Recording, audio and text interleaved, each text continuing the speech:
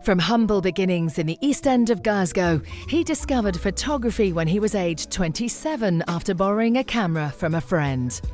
Returning to full-time education at 28 and graduating with a Bachelor of Arts in Photography with distinction, it wasn't long before he was working with top fashion glossies including GQ, Tatler, Vogue, Sunday Times Magazine, Telegraph, to name but a few. His list of sitters reads like a who's who in the world of art, cinema, music and design. His creativity is perpetually evolving, but always offers a delicacy and simple, honest voice, which is testament from his impressive client list, which includes Panasonic. They based their national TV advertising commercial for the Lumix camera system around his work and had him star in the TV and cinema adverts. Other clients included Paramount Pictures, Coca-Cola, Lloyds Bank and Disney Pictures, alongside a host of other high-profile corporate brands around the world. In 2009, he was approached by the US fashion giant Anthropologie to launch their art-based web initiative, The Anthropologist Who Inspires Us. He created a personal document with his daughter as they crossed the US, a father and daughter's journey. This project was so successful, he was again asked the following year by Anthropologie to create another personal body of work. His brief was to create something close to your heart. He returned to Scotland and created the portfolio Highland Heart. In 2013, he exhibited over 40 images from his portfolio in New York City. With award-winning cinema and TV commercials, an honorary Doctor of Arts from Edinburgh Napier University, and the release of a 250-page book featuring his portfolio collection, his creativity holds no bounds. He was the first photographer in the Scottish Gallery's 173-year history to host a solo exhibition this year, entitled Selected Works. As the newly appointed Chancellor of Edinburgh Napier University, he is respected in both worlds of art and commerce, and known as a photographer's photographer. And to think, it all started with fashion. Ladies and gentlemen, the recipient of the 2015 Olympus Pen Scottish Fashion Awards Hall of Fame is David Eustace. Okay, good evening. It's very nice to be here. It's also the most surreal thing we've ever done in our life. It's so weird. We're all pals. This is really like difficult. This is like GCHQ listening in to your conversation, because we've already been talking for 2 hours. We've been talking for 22 years. Yeah. So I just drove up here today from Bristol, and I was kind of trying to think of how I could kind of place some context as to why I'm even sitting here. You know why he's sitting here. And what came to my mind was something that I grew up with an actor called Oliver Reed. My dad was Oliver Reed's best friend. And when Oliver Reed did the film Gladiator, a big dinner was put on for him. And Oliver Reed was asked, who do you want to introduce you at this dinner? And he said, my dad. And all the people were like, well, who is he? Because my dad's just a bricklayer. And he said, well, you know what? There was a time when my dad knew everybody that I knew, and he knew everybody I wanted to know. And that's kind of, I said to David, that's kind of how we met 20-odd years ago. And our lives have kind of intersected at different times. So I feel really honored that he asked me to come up and have this conversation. But it really is an informal conversation. I've got some questions, but I don't know how well I'm going to stick to them. Malcolm will probably point to me at different times going, get back to the questions. Or if you think we're going off target, just kind of put up your hand and say you're going off target. Do please tweet this. Tweet it live, put it out there. At Eustace Says, at UNAPhoto, street level. I think it's great to take these conversations to a much wider audience than just the people that are in the room. But anyway, that's enough of me. You've come to hear David. I'm going to start off with a question, and I'm going to try and phrase it so that it feels slightly different than the usual one. But do you want to talk, rather than this, I know you're always talking about where you started and where it came from and that kind of stuff. But do you want to talk a little bit about the journey and that kind of sense of journey from starting out to kind of where you are now? The first thing I would like to say, this is really quite unnatural to be doing this, because I'm the same as you guys. I take photographs. That's what I do. I'm not naturally someone who's sitting here in front of an audience.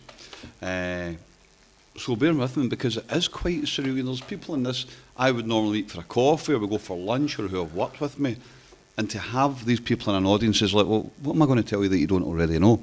So my journey is not any different than anybody else's. We all have a journey. Mine's has possibly been a lot more fortunate than most people.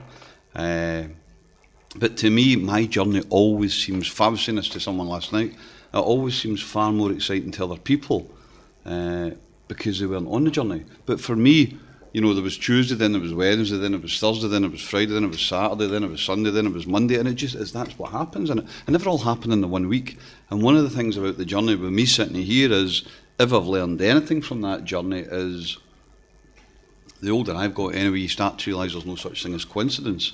And in my journey within photography, what's happened is certain things happen at certain periods that fall into certain places.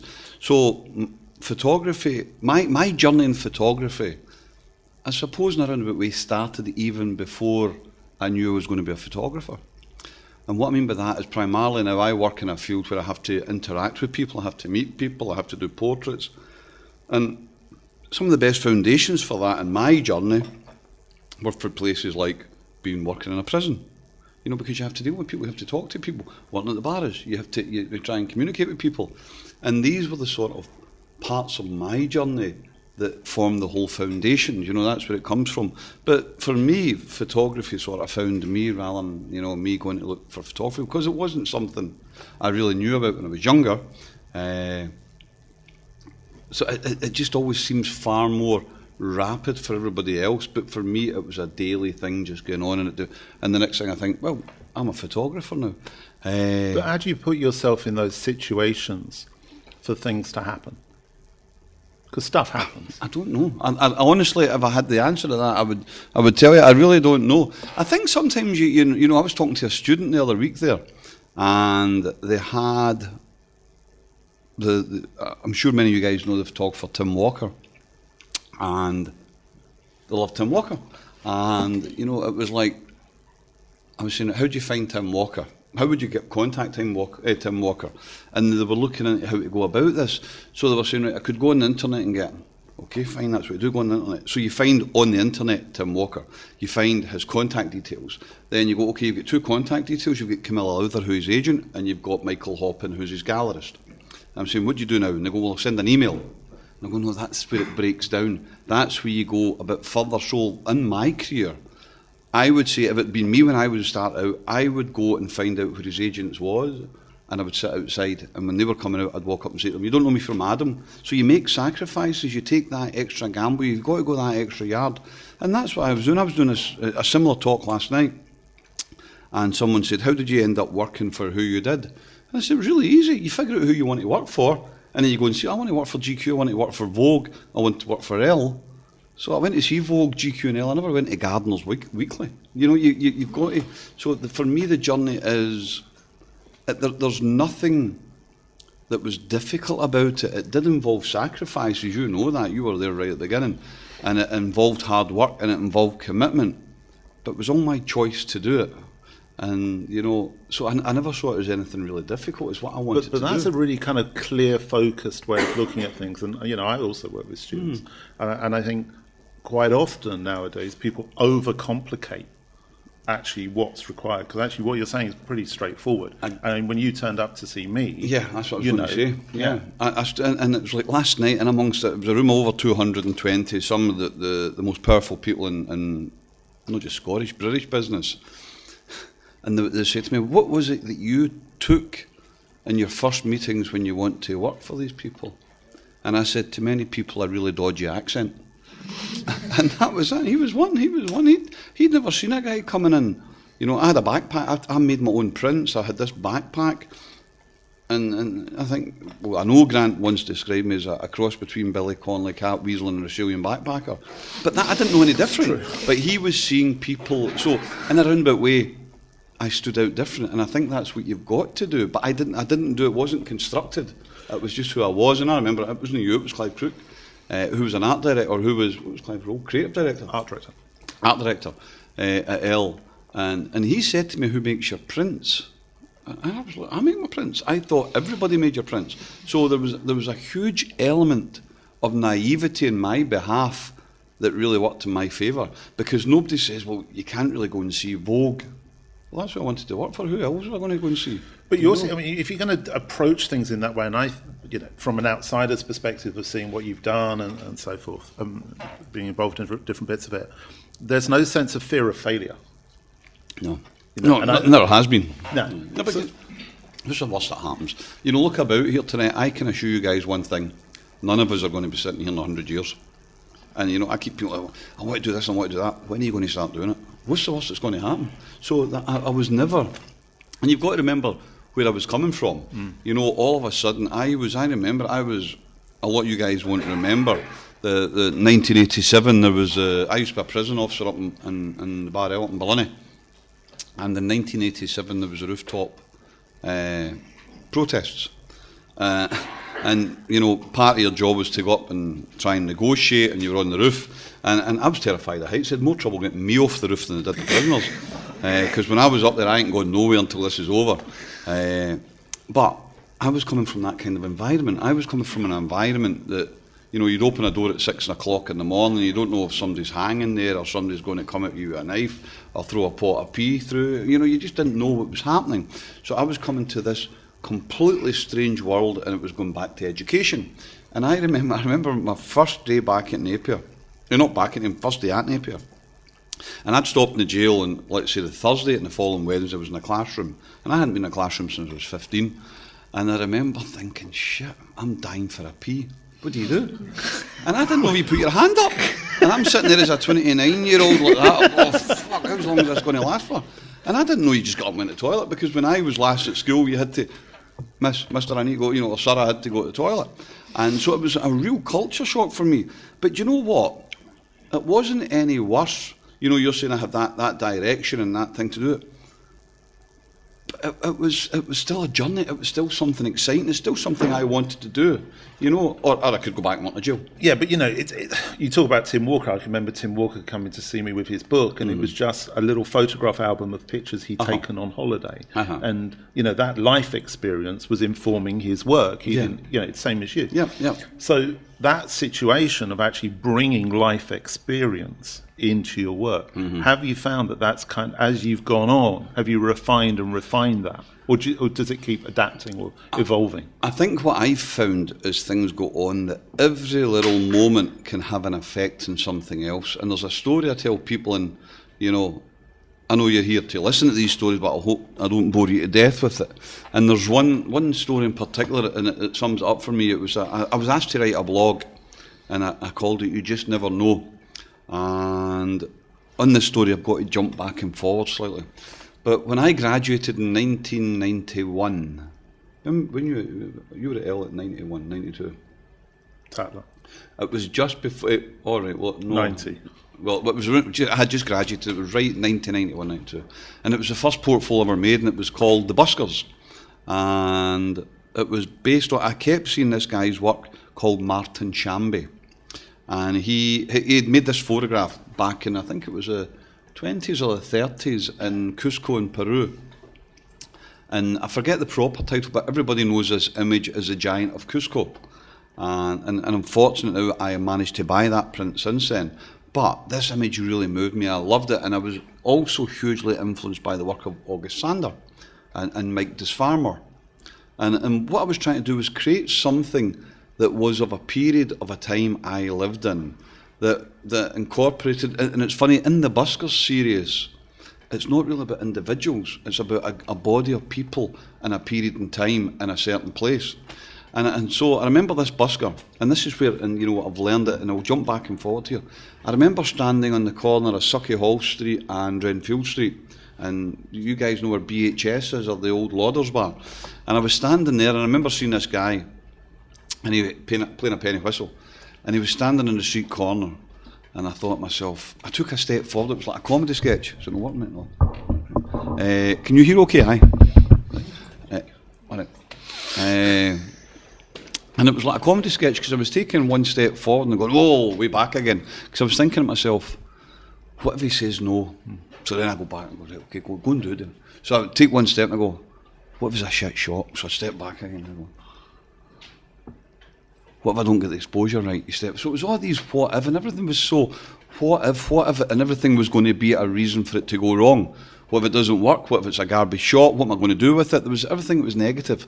And I went and I eventually plucked the courage up and I went up and I made this portrait, and this was the start of the Buskers portfolio.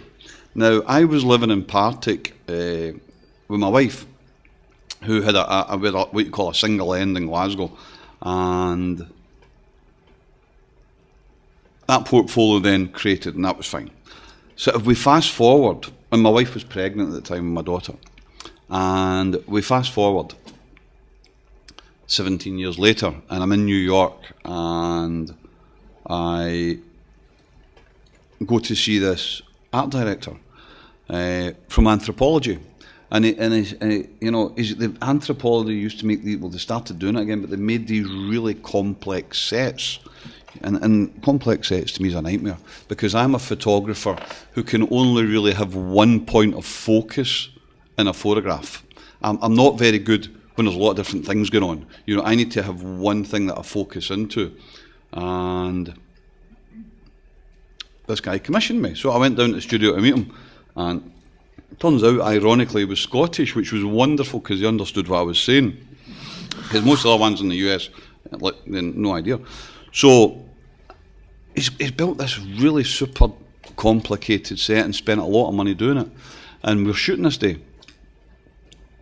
And I'm looking, thinking, this is a migraine to me. What is this all about? So we start shooting, and he's looking at me going, and I'm saying, I said, why did you give me this job? Because that's not what I do. And he said, no, I saw this portfolio that you've just done called The Buskers. And I start laughing. I said, I've done that 17 years ago. I said, I've just put it online. He said, well, it captures the whole essence of what we're trying to do for Anthropology.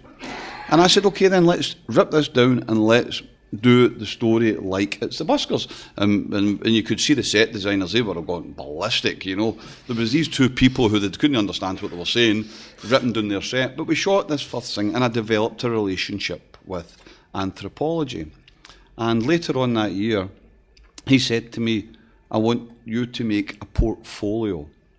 I said, on what? He said, on anything, free range. We're launching this thing called Anthropologist, and it's going to be about the people who inspire us. I said, okay. I said, well, I'll go on a road trip with my daughter. So I went on this road trip, and I described it as, you know, somebody once said to me, as your best portfolio. And I said, well, I don't know if it's my best, but it's my most meaningful, because it was a period in my life when my daughter was a young woman, and it's that father letting go and the young girl going to find her own life. So it's that whole thing. And she was making a journal and notes, and she was taking photographs, and I was doing the same. And we went and made this portfolio. This is a really long answer to a short question. I'm sorry, but I am near the end of it. I wouldn't mind if it was the answer to the there question. There is a reason to it. Right? I will come to it at the end. Fine. But here's the essence of the whole thing. When you ask about, you know, how much does it all tie in and how much does it plan? If you had said to me when I was living in Partick that day to go and photograph that guy on the street corner at BHS, not B&H, BHS, when I was asking myself these questions, what if it's a shit shot? What if he says no? What if I cock it up? See if I had a wee bubble that says, well, what if the daughter you're going to have that's not born yet, when you're living in New York, which Mars was closer to our bank balance in New York, was that you're going to be given a serious amount of money that you can't even begin to imagine to go and make a story on this young girl.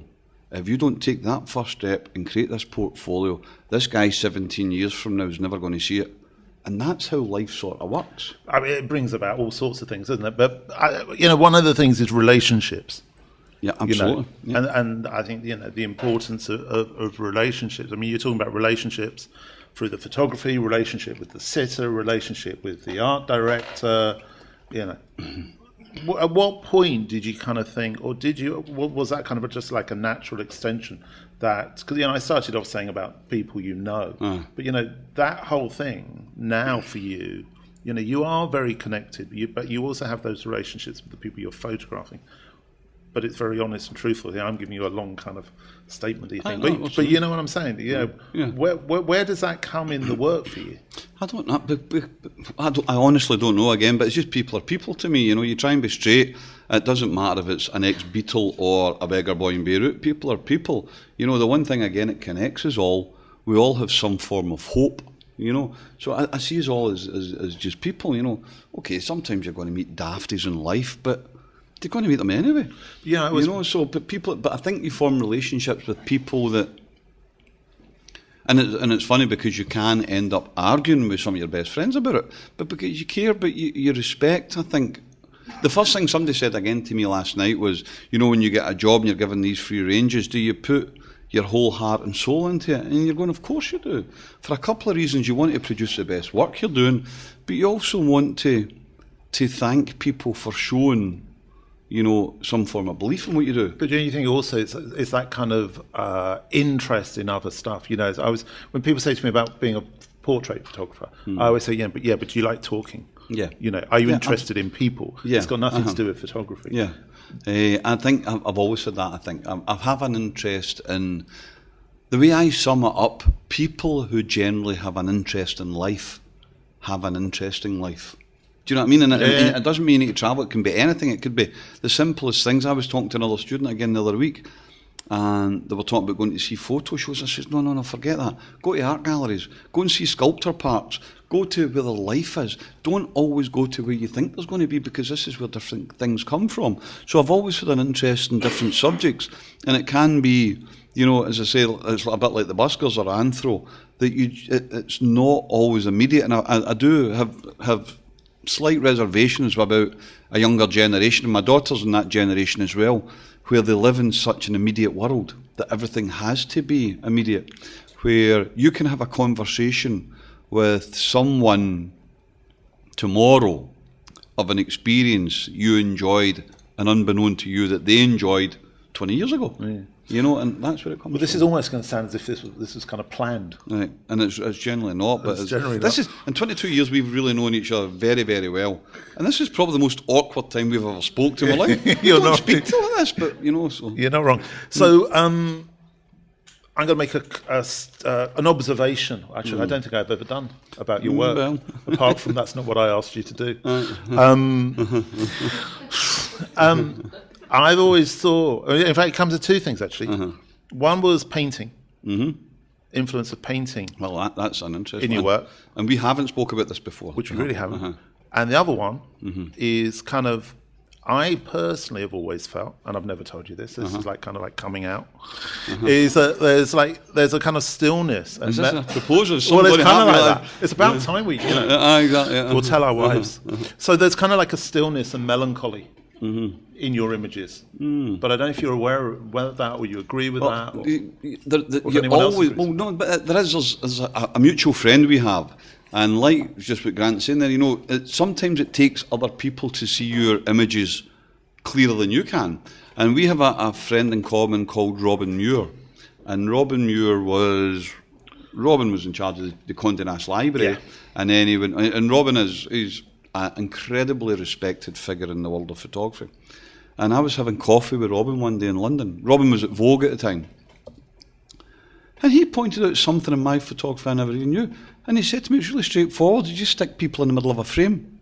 And that's what I do. I thought, so I do.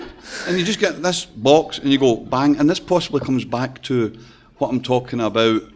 If there's other things going on in a shoot, there's people who take photographs, there's people who make photographs, and there's people who can sometimes gel that together.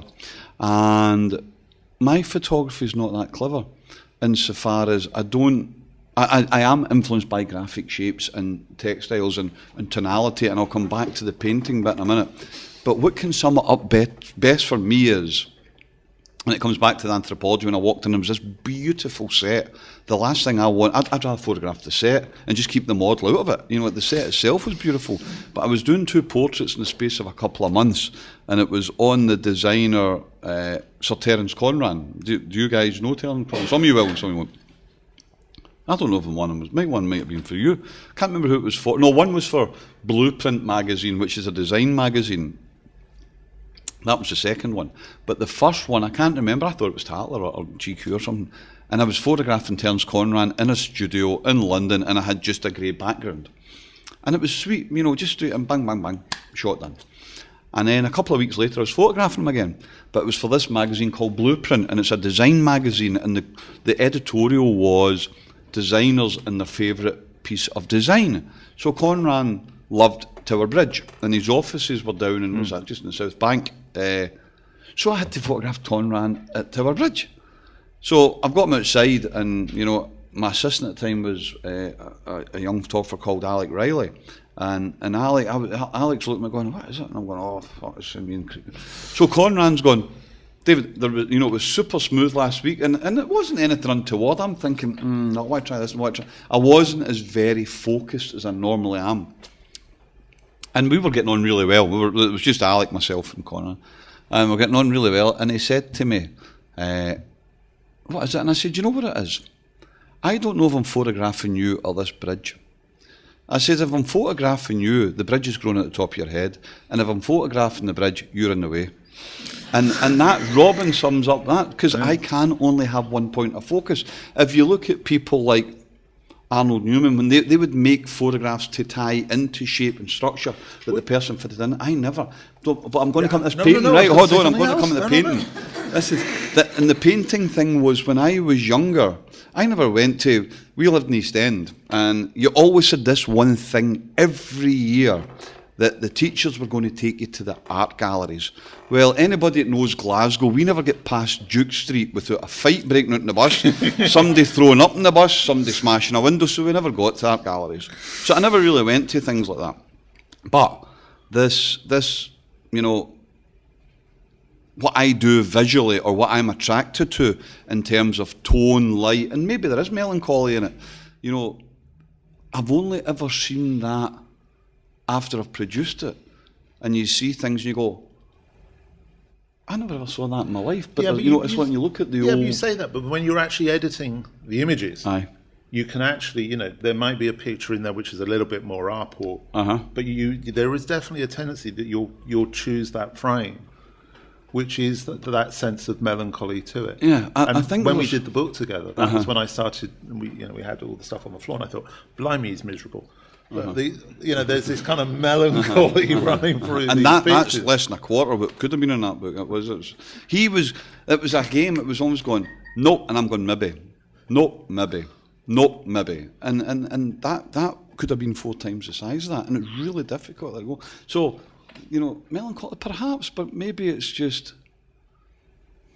I don't deliberately think that way. I don't. I just think, well, that's but I right think that's or wrong. even more interesting because there's like a subconscious thing that's coming through. Well, it's what you do. It's like what you do. And I've got a close friend in here, and I'm sure many will know Fabrizio Gianni.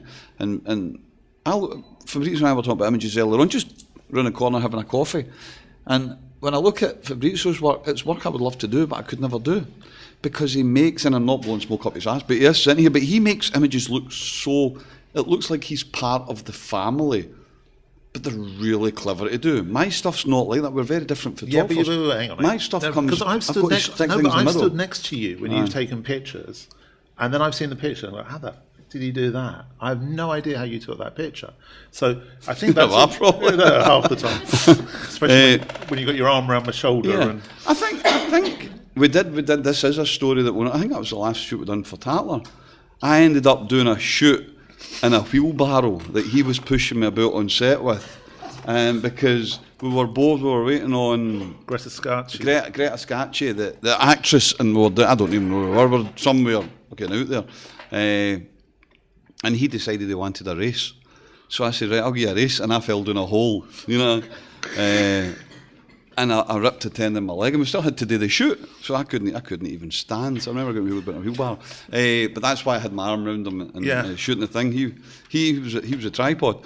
But you do what you do. I can't. Panasonic asked me, right. Panasonic said to me, "What makes you a better photographer than anybody else?" And I said, "I'm not." I said, "I'm fortunate. I get to photograph the world the way I see it, and I'm lucky. The world seems to like the way I see it." But And I think that's it. if we were to go back to painting just for a moment there, Yep. there's a lot of Scottish painting Yep. that you're particularly drawn to, and I think it would be interesting actually to put your work next to some of that work, because there's a tonality and a richness in colour in that work, which is also in your work. Well, and I yeah, think there's yeah. there's this stillness, and I think when people are trying to understand photography, actually one of the hardest things is to actually bring stillness, because it requires the photographer to be in total control of the situation. Well, for me, things changed probably 10, 15 years ago with that. 2007, I can tell you exactly when it was, June 2007, I discovered digital photography. I had to go and do a job, and it was for Coca-Cola. And the job involved, in a 3-week period, we had to go from New York to Atlanta to Rio de Janeiro to Paris to St. Petersburg to Moscow to Beijing to the Gobi Desert back to Beijing, and then on to Seoul and back to New York, right? You sure you weren't just an air hostess? But the thing is, if any of you guys practice, you can imagine the nightmare that would have been going through customs with film. So that was the first time I took a digital, and I realised in that trip I could work in colour, because primarily before that I ended up working in black and white, not because I necessarily love black and white, but because I could have complete control over how an image was going to look. From the moment I saw it to the moment I had a final print, I knew how that was going to look. And with digital, that allowed me to do that without really bringing on a third party. And the kind of light I always found very, very interesting. And as we always photographed, and again, another person who worked that way, and I hope he doesn't mind, is Fabrizio, that we were shooting in shadow, shooting in shaded light, and it gives you the most beautiful soft light. Because I remember the first time I went to shoot in Los Angeles, I was like, what the fuck? There's a sun. I didn't know how to deal with that. All my photographs had been in Scotland, and you're not really renowned for working in high contrast. You're working in cloud cover, and you get that beautiful tonality. And I remember getting off the plane thinking, oh no, bright blue skies, hard shadows, what are you going to do? But the beauty of it is, and it all comes back, and I will come back to Scottish painting. If you look at, and it's not just Scottish painting, what I've discovered, it's more subtle tones. I love shades. I love almost subtlety, and that can be subtlety in the slightest movement. It can be subtlety in a shape, a graphic shape. It can be subtlety in a light. I like simple things about it all, and I think the paintings that moved me are probably a lot of the old Dutch masters. And I didn't know what Dutch masters were until 10, 15 years ago, really. And I think what you have as an individual is you have something that interests you, and you go through your life and going, wow, that thing that interests you has always interested you. You might find associations with it after. So I've not really been influenced by anything particular, but I've came across things that I really do appreciate, If as a photographer, to get commissioned now, I think it's important to have a visual language. You've got to have a visual language that steps apart from everyone else. You've got to give a reason to commission. Mm-hmm. When you're working in the way you're working, no one's telling you how to take your pictures. And there's often this kind of frism between a kind of, that's a word I don't use, commission photography. A commercial. Yeah. Or it's contemporary art, or it's all these kind of genres. Yep. But your work's going into galleries, it's going onto museum walls, and you're being commissioned. So it's all professional photography. But not enough. but no one's standing on your shoulder saying, put a light there, do this, do that, do that. No, I couldn't do that. So the personal project there's a very strong relationship, isn't there, between personal projects and commission work and personal projects. And again, I said this last night. There's no point in commissioning me, it's one of the things we all, those of us who work in photography, we're lucky we work in an industry where everybody's an expert. Everybody's got a camera now, everybody can take photographs, and everybody thinks they're an expert, and that's what happens. But the reality of it is, what other profession, think of soccer, think of football. You know, we've all got footballs, but how many of us would walk up to Lionel Messi and say, right, I'm going to take this penalty? Or how many of us would walk up to David Coulthard and go, I'm going to drive the car? You know, you'd think they're stupid. You walk up to the joiner that's building the door in your house and you say, give me a hammer. Do you know what I mean? But people do it with cameras. Yeah. You know, Paul McCartney, you've got to tell him how to write a song. You know, it's like, I've never really been good at being... I don't have an ego, I have an opinion, and I think that's what photography is. It's an opinion. I don't have an ego, but equally, and again, Grant and I are old friends, that one of the beauties of working with somebody like Grant or people, and it was always good people that you worked with. The hard work was done before you knew about the job. Because if he's going to commission me or somebody like, at the time, it would be like Robin Muir or Robin Derrick or somebody at Condé Nast or somebody like that, they knew what they were going to get roughly from you. But they weren't going to ever commission you something. Well, they would do two things. They would either commission you to suit the story, or they would commission you to do something completely against the story. They would never do it just to have middle ground. But a lot of art directors nowadays, because they've got outside influences, are pressurised into trying to manipulate someone to suit their mindset rather than commissioning the right person for the right job. So I've always had an opinion, but that's what you should have if you get a camera. You have an opinion automatically. You know? Something else we never talk about, obviously we just talk about us, but are there any other photographers that are working today who you're looking at and thinking, yeah, actually... I mentioned one earlier on as Tim Walker. I think the guy he's not a photographer as necessarily I would say as a photographer. I think his first book was called Storyteller, and that's exactly what he does. And it's funny because I believe, in fact, I think he worked in Condé Nast Library. I think he worked in the library. He did. And he was hugely influenced by Cecil Beaton. I think Tim Walker is... it's a different kind of photographer. He is someone who makes photographs. He constructs everything entirely within a story. I think you still get... You get a handful of people who could combine taking and making. And that would be somebody like Penn or somebody like Avedon, who could create a structural graphic shape with an idea, but bring just that little twist to it and then get that moment. There's not many people can do that. But in working today, I've always loved Paolo Roversi. I've always loved Tim Walker. I've loved people who I can see their signature, their voice. Now, as again, I've mentioned, Fabrizio has had a career. I can tell you a Gianni photograph anywhere. There's a young photographer in the audience, Kevin, there, who's worked with me quite a bit. I can go on social media and I can tell it's Kevin's shot. Robert makes a print. You can tell because it's people. But what we now do is there's too much photography where it's grey. It's middle ground. It's not got an author's voice on it. It's not got a stamp. It's not got a signature. The image itself, you look at a Penn photograph, you can tell it's Penn. You know, you look at an Avedon, you probably won't tell it's Avedon. You know, you could look at a Roversi. You can look at things, a Lindbergh. You know, there's so many things that you see within their voice because it's their opinion.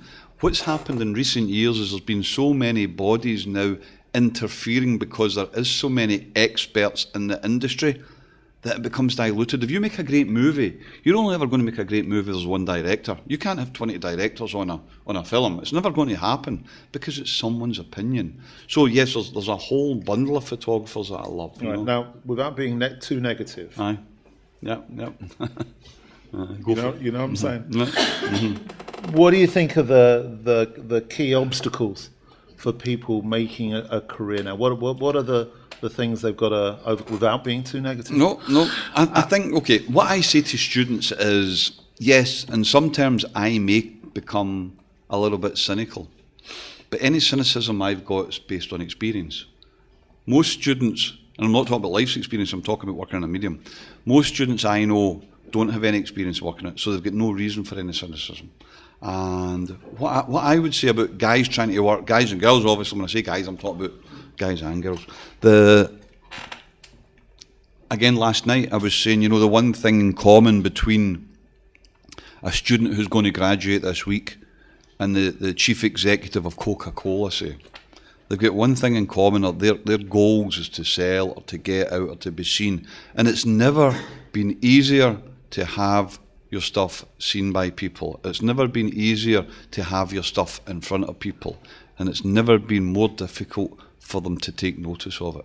Because they're just inundated, and so I think if you can develop some form of identity within your work, I was thinking you have to it go and does meet, help. but I also think, like you were saying at the beginning, you have to go and see people. You have to, Without doubt, you absolutely. can't have that No. fear of rejection. No, You and- can't have that fear of failure. the one thing is, if you don't try, well, who knows, And generally with rejection, I used to see it in models. Models would be rejected all the time, and you're still trying to be super nice to the kids because somebody comes up and you go, "It's a great book." You think this is never going to happen in a million years, but they've made an effort to come and see you or something like that. So you always try to be nice about it or gentle about it. Where I've seen people going, "No," and it's just brutal. And I used to always see that rejection in models, and I felt sorry for them. You've got to, but the rejection, even from the jackasses who would go, "No." It wasn't anything personal, and I think that's what it is. You can't be delicate. There's an awful lot of little delicate souls living in the world these days, and you've just got to go on with it. It's your choice. It's what you want to do. And if somebody says no, maybe that's only no for that one reason and that one day. It's not a personal insult on you. So I've never. Rejection's never bothered me. Yeah, I heard a really good phrase used the other day about, it was on a radio program about Bresson's work, and they said it was actually an intellectual composition of elements. And I thought that's just a great explanation of what makes a successful image. But that's what it is, isn't it? But the key word, I think, is intellectual, in that actually you're not looking for the photography to provide the answer. No. It's everything else outside of the camera and away from the camera and everything away from outside, photography. And as I said right at the beginning, the portrait I'll make tomorrow has an element from when I worked in a prison before I ever knew I would pick a camera up, because it's who you are, and that comes from that. So I think the end result, to a certain extent, is what you put in a box. Again, this is going to seem as if this was organised. Right. Seamless.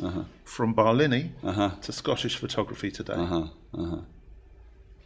It was. I always remember this headline. It was brilliant. It was in the Daily Record, I think it was, or one of the papers. I loved it. I was hysterical. I got up one morning reading it, and it was a really positive. It was an interview I'd carried out with the guys. And I know the guys up there really well, but the headline was brilliant. It just says "Screw turn snapper." I loved that. I thought it was brilliant. And it was, for me. What about the broader scene? I mean, obviously, because you're at Napier, overseeing Napier now. So, what do you see? Because from a southerner's perspective, I look at what's going on in Scotland. I'm like, God, I wish all this was happening down south, because it's not. It's very fractured, but there seems to be a real sort of sense of. I may be wrong. There seems to be a real sense of community and a lot of good work up here there is coming out of Scotland. Absolutely, good exhibitions, great spaces like this. Yep. What's your take on that, and also? Your hopes for Napier and what that's going to do. Well, that's a massive. For me, my hopes for Napier is that my role in Edinburgh Napier is primarily, it's a non-executive role. I am the guy, as a chancellor of a university, what you are is it's a titular head, it's called, and it's basically you're the ceremonial head of a university. You have a non-executive role, so you're not in the role of changing criteria or anything like that, although when I took this role on, one of the things I was keen to emphasise was I want to contribute as much as I can. And when I say contribute, I want to support and hopefully help make things happen that others may not have the time, the contacts, or the drive to make happen. And the reason I want to do it, and it's not just about Edinburgh and Napier, this for me is about, I think we have to do it all over Scotland in universities. Andy, but it's not just Scotland, it's a global thing for me, is I see in a university, I was going to say kids, but people, because I certainly wasn't a kid when I went back to university, people who are taking 3 or 4 of the most important years in their life and trusting it to somebody. Now, one thing it's not I don't agree with, I have slight concerns coming back to university, is the lack of what they call contact time in Scottish education. Insofar as the greatest thing I learned in university was rarely the subject matter I was taught. It was being in a classroom surrounded by another core group of 20 people or whatever it was who had a joint interest in the one love affair or the one passion or the one thing. Nowadays, I think we're splitting it up too much. The people are just going into different things. I think when you do bring groups together, it feeds more. So kind of like a more collaborative. And I'd like to see that in universities, that you get people coming up with different opinions, but all within the one room that they can bounce off each other. I think that's hugely important. But how does that fit to be a chancellor of a university from to being a photographer? Because being a photographer is a very solo kind of solitary kind of existence a lot of the time. A lot of the time, but not, better than anybody. There was always a collaboration with it, and you do rely on a lot of people to. I'm sitting here, but I didn't just get here myself. There's a lot of people who helped me in the background. Huge amounts of people. So you're always working, but it comes back to what I'm saying. It's like there is only really one director in a film. But with the university thing, my hopes are to give back, and that sounds a bit ugh. But they are. They're hopefully that you can go. There was a student wrote to me the other week, and I don't know how many of you guys are students, but I've had quite a lot of students write to me, and I've always tried to see 90% anyway. And this one student, and I feel sorry for them because they were at Napier, and because I've now become involved in Edinburgh Napier, I thought I'm not making it any easier because they're from Edinburgh Napier. In fact, I'm probably going to make it more difficult. And I got the email, and it said, David, whatever, really love what you do, great admirer of your work, would love to meet you for a coffee and a chat. And I thought, well, bugger that, that's not enough. So I wrote back and I said to them, if you really like my work, give me 5 paragraphs on what it is you like about my work. Yeah. And they did, and they done it really well. Did they have to write that 100 times? Yes. Yeah. No, but that was for their benefit, because it was, what is it you like? It's not about my ego. It's about take it that stage further. Don't, and they did. They actually... But yeah, but I mean, if we get into that we've got long enough to get into the education thing. We'll be here all weekend. But that actual, I think it raises a point about being a successful photographer. Is you have to have empathy. If you can't put yourself in the position of the person who's being photographed. I was photographed yesterday, as I told you, by someone, and I was really dreading it. But actually, he was brilliant. Yeah.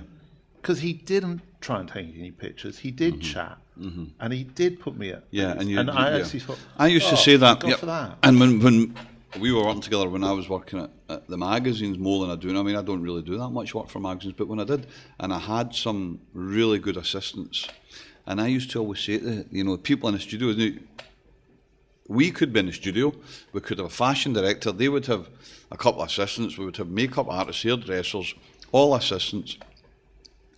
You could be working with some of the biggest movie stars in the world.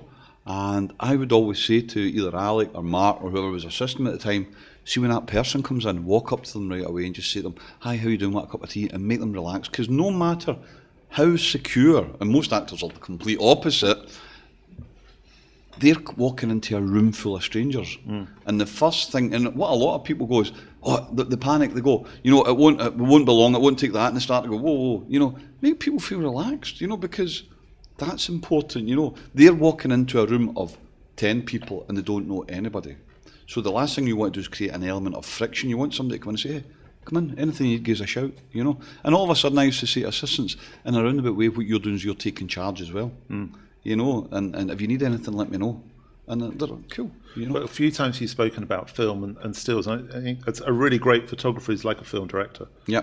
You know, you're overseeing everything. Yeah. You're making sure everything's okay, and you're instilling confidence in everybody. Uh-huh. But to do that, you have to be empathetic. But to the other there person. is also that thing. It's like, I don't know where it all came from, but you know the story about the duck on the water a lot of the time. You know, on the top of the water it looks that graceful, and that cam going through but underneath its feet are going like that. And that's what happens in your head a lot of the time. You're working and you're being charming, you're being nice, and you think, what the fuck am I doing here? And you keep smiling. And you just move that, and that's no working. Yeah, and you create that. And I think what I tend to do is I work quite fast. You know, I have an idea and I go bang, bang, bang, and that's it.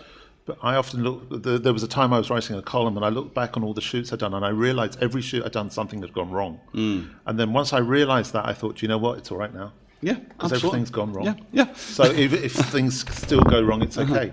And but you had the same kind of thing about but that. But also, by it going wrong, as long as you learn from it, then it's not gone wrong.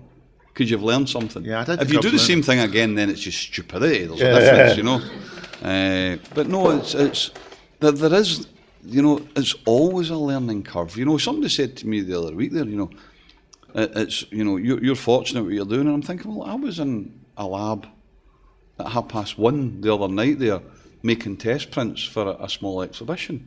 And do you still do that? Well, of course I still do. That's what I enjoy doing.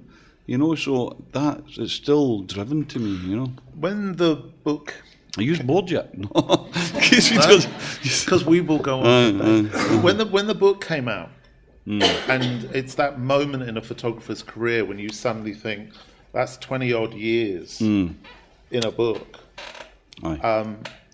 Did it make you kind of stop and think and reassess how you work as a photographer? Did it make you think, oh, that, Well, you know... yes, it's almost, this sounds, you know, an American phrase is when they say closure. And to a certain extent it is for me, that book. And initially the publisher wanted me to do 4 books. Or we spoke about 4 books. And we may do that, but I don't think we will.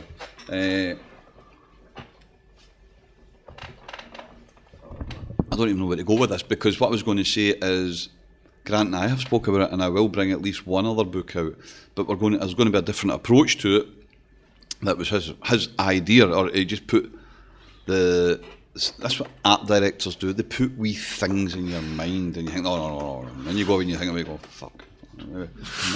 What was it he said? How did he put that? Maybe he's got a point there. So, you know, that's what they put seeds in your mind. So there probably is going to be another book, but for me, that book, and I was talking again to Fabrizio earlier on, that there's certain people who can make books that encompass their work without having chapters. Now, this isn't necessarily chapters, but what I do is I work in portfolios. I work in bodies of work, be it steelworkers, be it whatever. I work in bodies of work. And this to me is, there may be a book itself on, you know, landscapes, or maybe a book on something else, but what this is a small collective of stuff that lets me go, that's that there, and it's now a document. It's still it's one thing.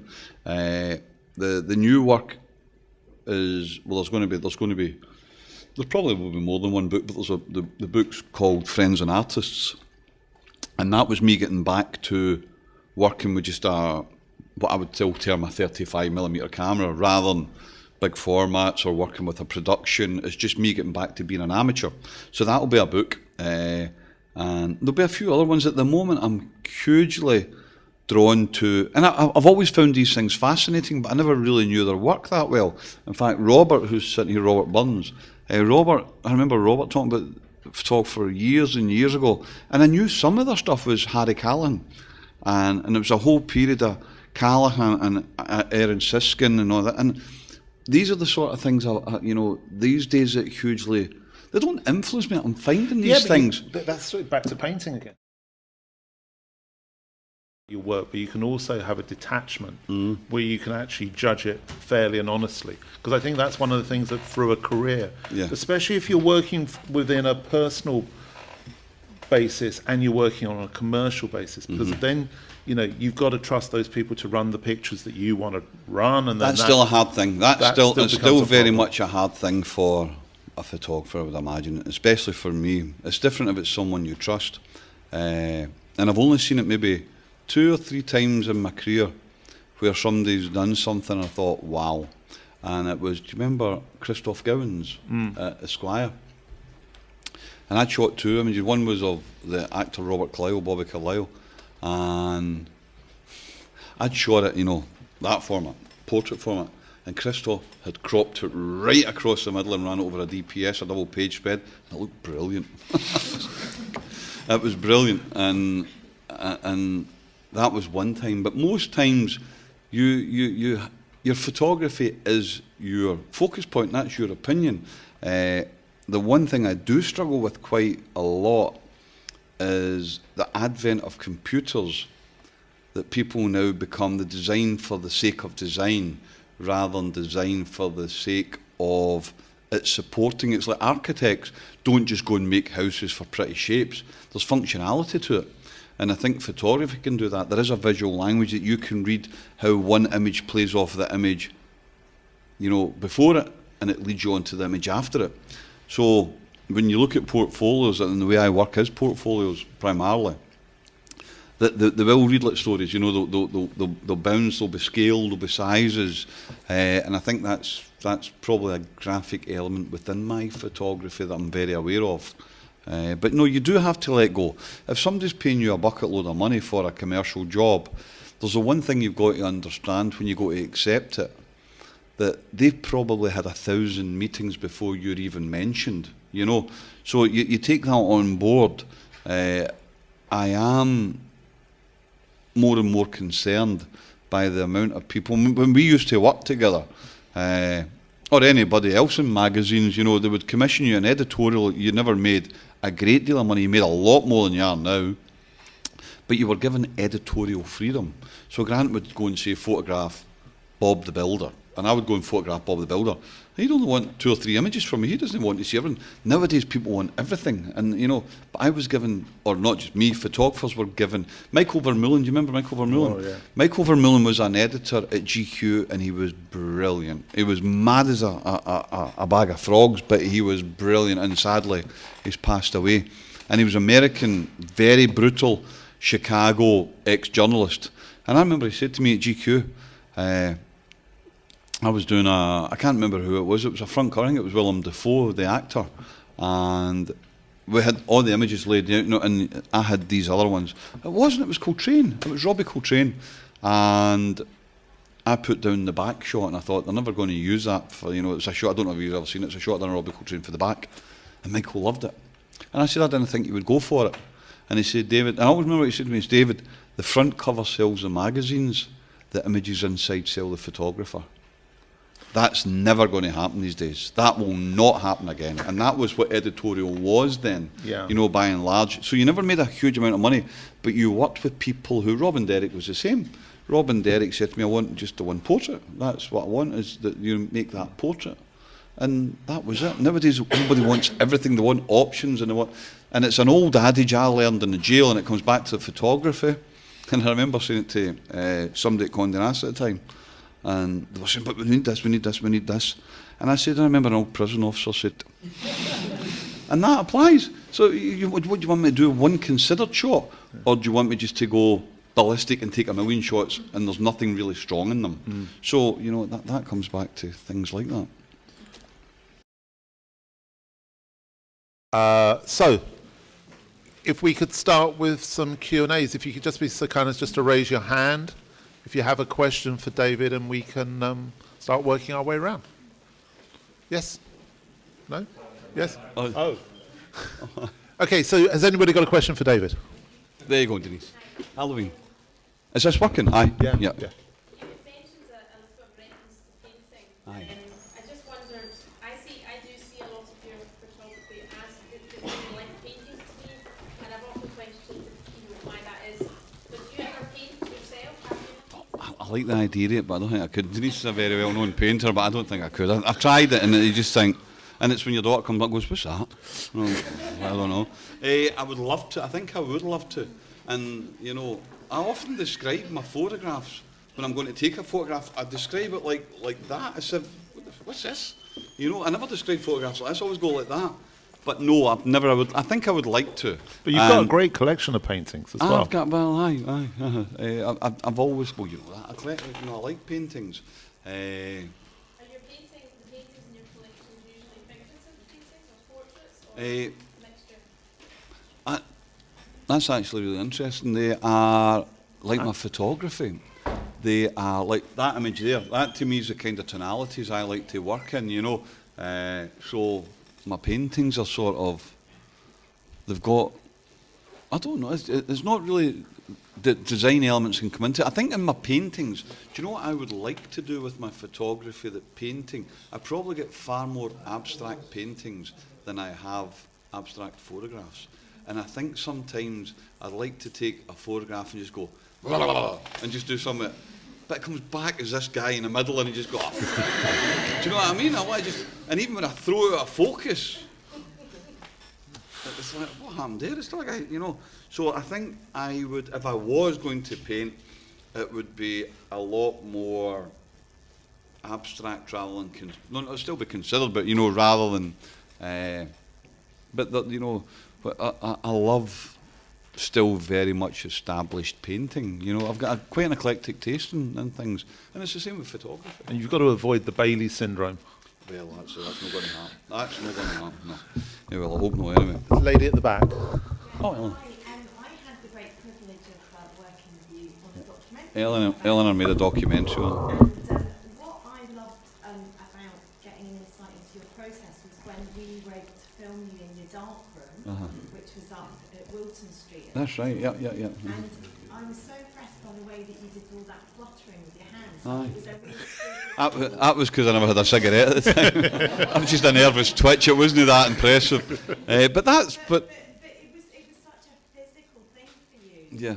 So it wasn't just about the lighting. It wasn't just about, you know, getting the right pose. It wasn't just about being good with people. But then for you, the way that you know, the exposure worked in the darkroom was so hugely important. And I'm interested to see, because obviously I don't know, how that's worked with you in digital, because to me film is so much part of your DNA. Yeah, How did that transition? Well, it comes back to there's an old friend of, well, not an old, well, he is old, he was a friend of mine. His wife used to be my agent, called Albert Watson. And Albert always said, and I would see Albert most days in New York. I don't see him, not seen him for years. But I always remember this conversation we had one time when he was talking about something that made sense to me. That as a photographer, or me anyway, when I'm going to take an image, I know what the final print's going to look like before I even pick the camera up. You know, because I'm thinking it's going to be that tone. See, I'm doing that without thinking. You know, it's going to be, oh, it's my pockets. It's going to have an element through. So when I was making prints in the darkroom, you know, it would be on a certain grade, it would be certain things I would do. Digital is still exactly the same, except for I can do it in colour now. I don't think I've actually taken a photograph in black and white since 2007. You know, really, because the kind of work I do in colour hopefully has an element of my signature in it, you know. Be it a landscape, that's in one of the buskers, or like the young monk in the South Pacific Seas, wherever it was I photographed him. So I just, you know, I don't need to put my hand under an enlarger now to do it, but it's subtlety. And I still work with a mouse, I don't work with a pen, you know, I work with a mouse. So it's just subtle little things, but it's still the same thing. Ultimately, what I want to do is get from what's in here onto a paper, and that's what Albert was saying. You know, there's a line that goes from the photographer's mind through his eye, through a camera, onto a sheet of paper or whatever, and that's, you know, what it is. So yes, I don't twitch so much, but I twist with the wrist then. So. Any other questions? Gentleman. John. I remember watching you photographing Andy Goldsworthy. Aye. And I was standing, I was at Grant, I was holding up. That's right, yep. And I remember watching you shooting and thinking, is that it? Mhm. Is that it? But when we I wasn't paying him enough, obviously. went back to M&S, and remember M&S, Uh-huh. and we saw the trannies, I thought, oh my God, was that there? So did I, that's what I thought. So that sort of visual language that Grant was talking about, when did you learn? When did you think? Well, see, it's funny because this is something that's, again, it comes to an opinion that if this is the camera's there, and if I'm photographing that, we're here. If you go 5 degrees either side of me, you see a different picture. So, you know, unless there's nothing worse than a Glaswegian, somebody standing right behind them. That's how many clients have fallen out with that. Do you know what I mean? You've got that thing they think they're going to mug you. You know, they're standing right there and you think, what's going on? So that line is so direct that if I go there, it becomes a different picture. I remember a story years ago, and I'm going off on a tangent here, John, but I remember it was in Beirut at the time, and it was still a bit sketchy, Beirut, and I was photographing a guy who's since been blown up, the Prime Minister, called Rafik Hariri, and I was photographing him in Government House, and in Government House in Beirut at the time, it was still bombed. It was pretty much like Syria, to be honest with you, and there was all these demolished and blown up buildings round about, which would have been ideal for snipers. So I was fortunate to get a portrait, get to do the portrait of Rafik Hariri. And I remember, just when I'm talking about this line, I remember saying, Rafik, I would love to take you out in the back garden and do the portrait. And he's going, great, you could see security going, oh, fuck no. Because he had this line of security, and I remember going outside and I had a tripod, and Alec Ryle was with me. And I remember setting the tripod up, Hariri, and every time I went, oh, I need to move this a second, every time I got the tripod, because they feared sniper fire, they formed this line of security guards all the way down them, like 6 or 7 on each side. It was like a tunnel, and it was brilliant. It was like Strictly Come Dancing. As soon as I done that, they all went like that, and then I would go, and they would go like that. So the point of that is, it was a straight line. Everything's a straight line. If I do that there, so what you saw was a different photograph of Andy Goldsworthy than I saw. But when did you know that you could see that? As soon as you... About 5 minutes ago. Aye, literally. When we got to M&S. No, good, it worked out. No, I think you have, it's an opinion. That's it. You don't always get it, you know. But I knew what I wanted, and I can still remember it. Again, it was probably stuck right in the middle. Did we not do it inside a what? There was under a tree or something. There was leaves lying about. And there was a wee stream or something, and he got a leaf. Yes, that's right. So just that point, John, when the camera's set up, you know you get the shot. You know you get the shot. Right, I need to go on from this Right. question. And it's got to be an education one. Uh-huh. So I really love when you talk about how it's not the point of the camera that makes the photograph. Yep, at all. yep. It's all the stuff, the burling and all that. And I don't know how many times we say to the students, what happens in your life, what do you do that we don't have any contact with or any access to? Absolutely. All of that, that's going to make it, and that's to make it exciting. But and you also spoke about how you didn't go to galleries and all that. And Yeah. I completely empathise with that. Was exactly not my way. I didn't see a painting. Uh-huh. Yeah, it was still a painting. But what I always try to wonder for myself, and also just to try and help people, is when do you think you learn to see in that particular way? Because if you didn't get it from Uh-huh. books, then that kind Where of did it come from? Where do you think? Where did it come from? Well, I think it's in a roundabout way, and I'm going to, in my mind, I'm going to simplify it as if you look at something and you think, I'm going to buy a car and it's silver or it's red. What do you want to go for? You've got to have the feeling of, and everybody does, a feeling of something you don't necessarily understand. You've got to have, why do you buy a blue shirt rather than a white shirt? Why do you do that? You know, I mean, if you look at that photograph, I've just seen it in there, that photograph, one of these was made in Santiago, one was made in Sao Paulo, and there was a shot of the young monk. They were all the same tones, but the young monk was made off the coast of Burma, at the other side of the world. So I look for a light as the same as, when did I realise I saw that?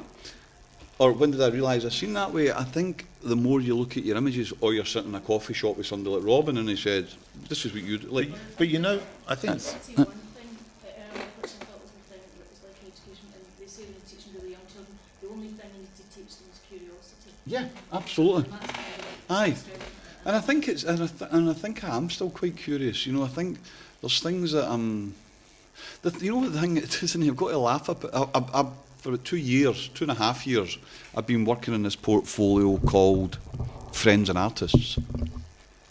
And people go, why didn't you call it Artists and Friends? And I said, well, because the friends are something that's really close to me, and a lot of my friends are artists. But I just thought, okay, the friends are just friends, and there's not really any importance. But then there was a major exhibition last year at the National Galleries in London by Sargent called Artists and Friends. You think, oh, no, how that? So everything I do now, they're going to go, and it's like when I shot the first busker, this series, people used to say to me, oh, that was obviously influenced by Irving Penn, and it wasn't. Irving Penn's been a massive influence in my career. There was a shot in there of Albert, of Watson back in 1992. That was more influenced by Penn because I was looking at structural, see I'm doing that again, structural shapes and things like that. This was influenced by the work of Martin Shamby, which is, most people don't really know the work of Martin Shamby, but if you look at what Penn was doing, like Worlds in a Small Room, and if you look back when he was making the series of images in Cusco in South America, it was the same studio that Shamby was making these images in 35 years before. You know, so it's not, a little knowledge is sometimes a dangerous thing, you know, and you have to look back to go, well, where does it come from? I was more influenced by Martin Shamby, August Sander, Mike Disfarmer, not necessarily because of their aesthetics of photography, but more so their interest in, it could be, not fashions is the wrong word, but it could be of a moment, of a time, of a period. And you said that one time. In fact, it was Nell in us film. Did we not go down and film him? Did you not film him as well? We did, we were doing it. We did, didn't we? Was that the BBC Scotland film? That was a wee Ian. Yeah, that was me. that not the one we went down and we done Eve Arnold and all that? Yeah, yeah. Oh, he was here. Yeah, no, that was me. You're all pals. I love Sheila. Well, anyway, he came up with some long-winded answer, and I thought, wow, is that me? And you know, that's how sometimes I found that, because you said something about more of the human condition or something. Did I? I had a few to drink. Made it up But then. I think I had a few to drink, yeah. But I think the interesting thing in going through the education thing as well is that Jack Davenport. Yes, Jack That's who we're doing. I was doing the thing with Guy Ritchie and Lock, Stock and Two Smoking Barrels. Jack Davenport turned up for me, so you could interview him, and he turned up. And then I was drinking with Jack, and then Yes. she interviewed me. Yes, So that was it. the thing I wanted to get to is that it's not, and I think this is one of the most interesting things when you have these discussions, you look at a body of work. When I first saw his work, when he first came to London, it didn't look anything like this.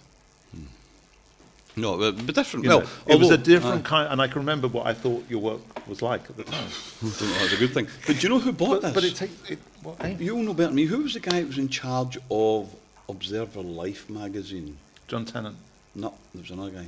Somebody else, and he was quite crabbit. He wasn't that crabbit with me. Because I think he was a wee bit sort of this ex-prison officer going about get my mouth shut, and I'm a big pussycat. But no, it was a guy, and he had a really bad reputation, As for what? being a miserable swine. You know what I mean? That was it. Art director. Aye. But he bought that, and that must have been about 1990, 91, 92. And he bought the whole, and that was the first stuff I'd really had published in a magazine. And I was like a cat that just found its tail, or a dog that's just found its But tail. what I say, it's a slow progress. It's Yeah. a slow journey, and I think that's, I mean, But it's funny, because that's the first portfolio, and it still means so much to me. yeah, but It's part isn't of it the thing. often the case you're taking, I was just doing a picture in the summer, and I suddenly thought, blimey, I've actually got the hang of this. It's You been do, nearly you, 30 yeah, but years, as soon and as I you get finally that, as thought- soon as you get the hang of it, you start to get pissed off because you Well, want to that's just the go, problem. oh, I want to do something crazy, Yeah. but you can't. It comes But I back think to who you that's are. the thing with students, it isn't going to happen overnight. It But takes, it does. It takes time. But this is one of the things where I couldn't. I was going to say I could do that with my eyes shut. Obviously, I couldn't. But you know, I could do that sort of work relatively easy. Where I started wanting to work with, then I thought I want to go back to Friends and Artists, where I'm going to try and push myself. I'm going to try and force myself to make structural shapes and put people in it. And another portfolio, and, Right, that's and enough, Kevin, that's enough, who's that's sitting there, hold on, he No, was we've got helping. another question. Oh, sorry, No, right, because we're going to run out I'll of time. We'll come back to Because the otherwise we portfolio. won't get over time. Are there any other questions? Oh, there's one over there. Yes, Two over over there. John first. You mentioned storyteller.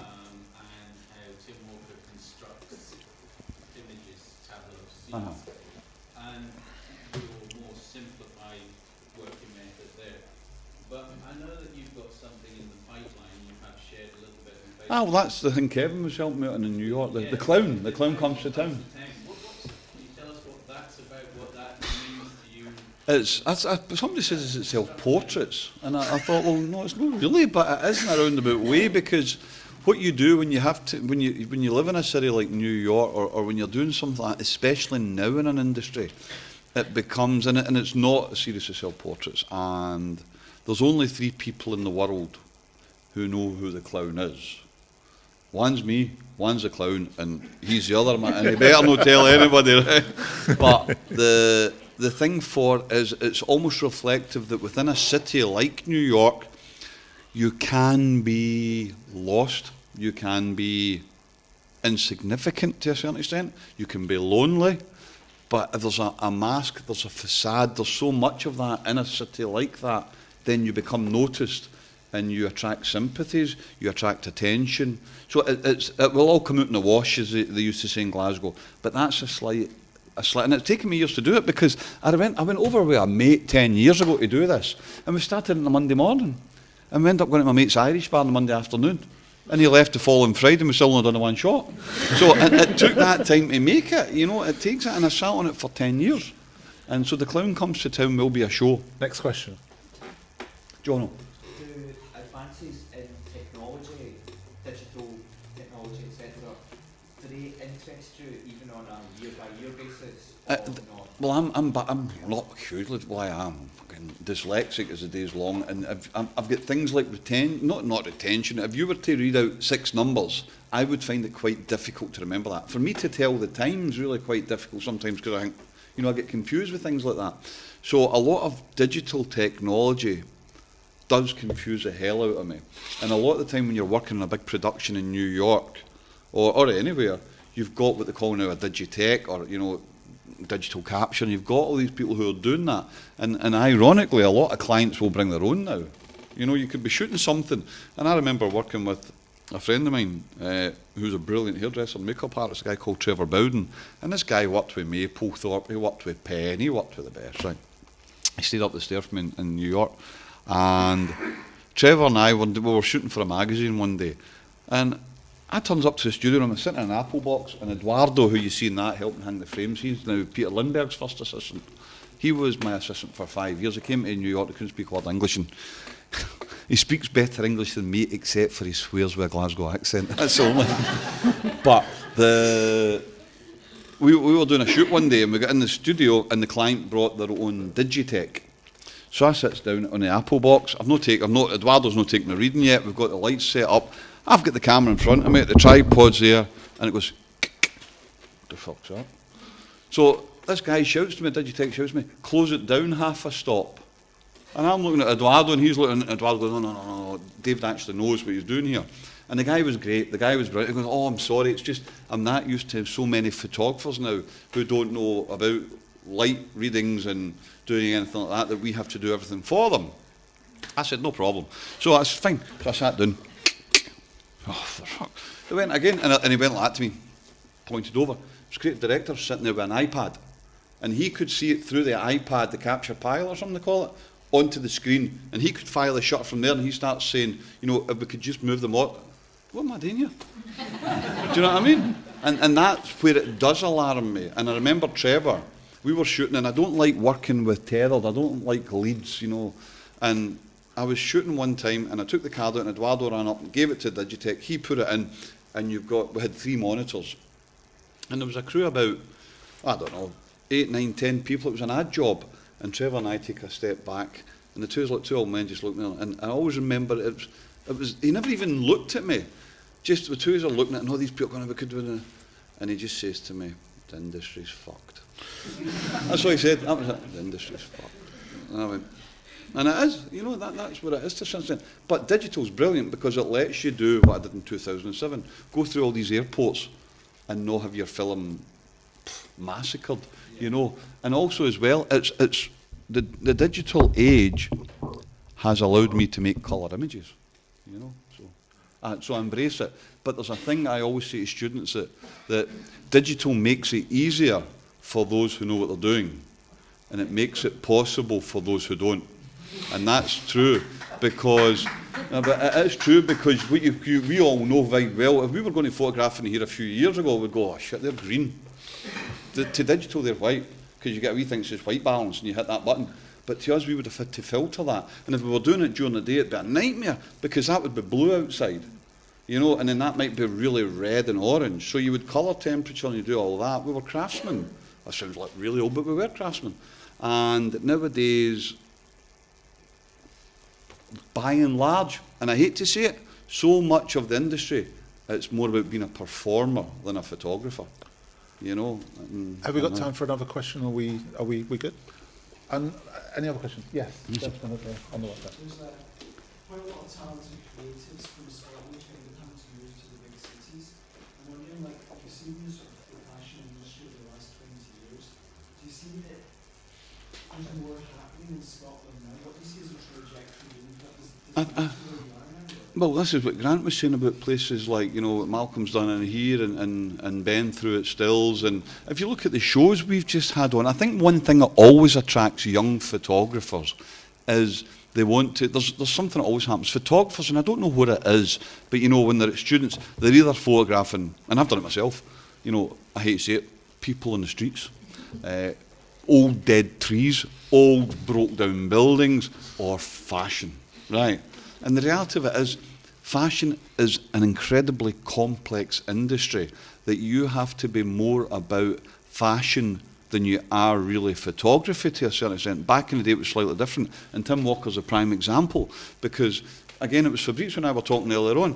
You know, back in the day, Fabrizio, somebody would say, when you make a portrait, Fabrizio make a portrait, I'd make a portrait, Graham would make a portrait, and can you do a still life? Of course you do. But nowadays you live, we live and we work, and I think it's primarily coming from, most things start from the US, and it comes from the need to compartmentalise. So somebody will say, David made, did you see the photograph he made of red shoes? David's a red shoe photographer. And that's how they break it down now. But you can't do yellow shoes. No. And that's what you get. I had that the other week. Somebody said to me, can you do a photograph of, it was a girl in a swimwear thing. I said, probably, I would imagine. So I've done quite a few of them. And because, no, but here's the thing, and this is what's important, because they hadn't seen me do it, they didn't commission me, because it's of a generation who now can go online and buy a shot for $10 that they know they're going to get the shot before they have to spend the money. There's that, but there's a whole other, from the other side of things, of people's fear, working in publishing, working in other areas. They're scared of losing their jobs. They're scared of making. You know, there's a whole load of other things. But I do think one of the most interesting things from a perspective of being a professional photographer today, which is, don't think you have to work locally. No. Don't think you have to work in the UK. I don't work for any UK clients. All my clients are in Russia, Spain, Italy, America, Scandinavia, but they want stuff done here. So my advice... More immediate now. You can do it here and send it over to them in a heartbeat. You know, I don't live in London anymore. I don't need to. But also, as well said, especially something like fashion. With fashion, there is... What Grant was talking about, you know, what we've got in terms of photography here. For a small nation, and we are a small nation, the photography shows that have been on in Scotland in the last couple of months are phenomenal. Even out with here, or Stills. Well, you look at the Victorian show, you look at the Bailey show. Lee Miller, Picasso, you know, that whole thing. Most cities would love that, you know. But fashion, just using that term, you've got to remember fashion's not just one thing, it's a business about selling clothes. And it needs a supportive structure behind it, you know. So it's not just having a great fashion photographer here, you need a great stylist here, you need a great marketer here, you need a great reason to do it. So it's very difficult. You know, it's like saying, you know, there's certain elements that you will never compete with. You know, there's more chance of photographing a mountain in Scotland than there is in Manhattan, because they don't exist in Manhattan. So there's no really such as a fashion industry here. You know, there's little elements of it. But you do, you know, if you've got to travel, that also brings a new energy to you, because you're making such a commitment. You feel forced into do something, you know. Any more questions? Any more questions, guys? No, that's it, yes. I did. Just that a lot of your portraits, you seem to see past, you seem to see into the person something to their soul or something you get from the portrait. How do you get the model to get in that state of, they look very relaxed and very at ease, that you're seeing into a contemplative state, then how do you get into that? Denise, honestly, I don't know, but what I do see is sometimes I almost see I'm not there, if you know what I mean. I want you to look, well, there's an image there. I want him to be looking at you. I'm not there. Yeah. Do you know, so all of a sudden I'm here. But if you look at that, can you play on that, Grant, to see if there's anything else comes up like that? And if you try and see the expression, I want that, but see, yes, but the camera's there, and I'm just part of that. And I think somebody once said, I shouldn't do that. I think somebody once said it's like I'm an introduction. I want them to be looking at you. I want you to be, that's the one I call training for, but, you know, they are looking at me, but they're also hopefully, I don't want, that sounds too much, but what I like the idea of is you can stand in front of some of these portraits and feel a connection with that person, that you can ask them a question without flinching. And maybe I've introduced that connection, you know. But it's not really much deeper than that. Is quite deep. It's not really that deep, you know. But and you know, the bottom line, it's all I know what to do, you know. So that seems like a good place to end it. That's all you need to know what to do. Good. Do please tweet about this. I always think it's really great to tweet stuff out. I think just leaves me to say thank you to the guys at PhotoWorks. Thank you. I'm going to take a photograph of you lot. Hold on. Oh, you can't get away with that. Get them in the middle.